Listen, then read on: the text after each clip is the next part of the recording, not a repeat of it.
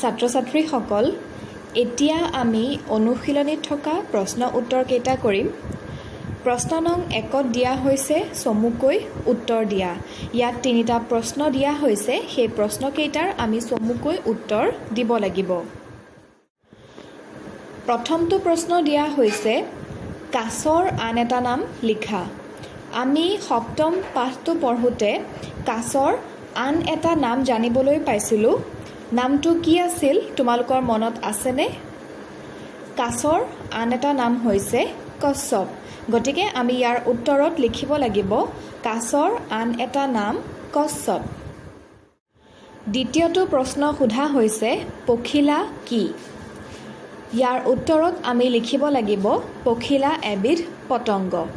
পতংগ মানে কি তোমালোক সকলোৱে এতিয়া জানিব পাৰিলা। পতংগ মানে হৈছে পাখি থকা সৰু সৰু জীৱ।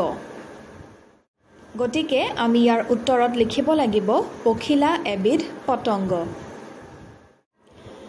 একেবাৰে শেষৰ প্ৰশ্নটো সোধা হৈছে লাচিতে কিয় মোমায়েকৰ শিৰচ্ছেদ কৰিছিল?